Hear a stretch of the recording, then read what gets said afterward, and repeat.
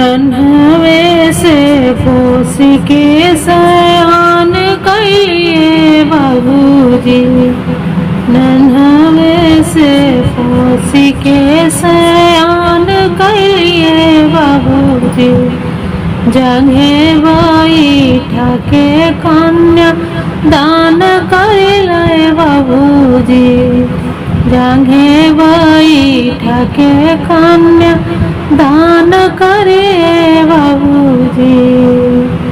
आपन जंजलवा उतारी दिहलाए बाबूजी। आपन जंजलवा उतारी दिहलाए बाबूजी। हमके जंजलवा में ढलाए बाबूजी। हमके जंजलवा में डाली दिहलाए बाबूजी। अंगूठी पहिना के मुँह दिहलाए बाबूजी। अंगूठी पहिना के फुसला दिहलाए बाबूजी। हथवा धरा के कन्या दान करिला बाबूजी। हथवा धरा के कन्या दान करिला बाबूजी। आपन असरवा छोड़ाई दिहलिए बाबूजी। आपन असरवा छोड़ाई दिहलिए बाबूजी। दूसरा के असरा धराई दिहलिए बाबूजी। दूसरा के असरा धराई दिहलिए बाबूजी। बरतिया देखा के मनवा मोहलिए बाबूजी।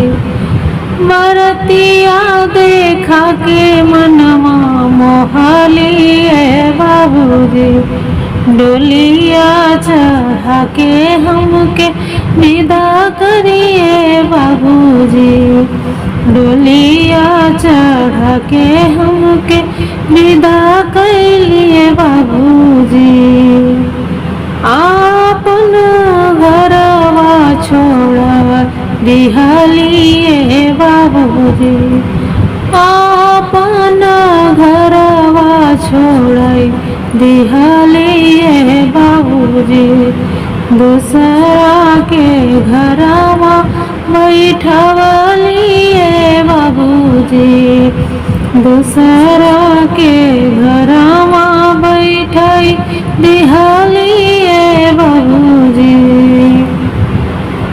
नन्हवे से पोसी के सयान कइलिए बाबूजी। नन्हवे से पोसी के सयान कइलिए बाबूजी। जंघे बैठा के कन्या दान करिले बाबूजी। जंघे बैठा के कन्या दान करिले बाबूजी।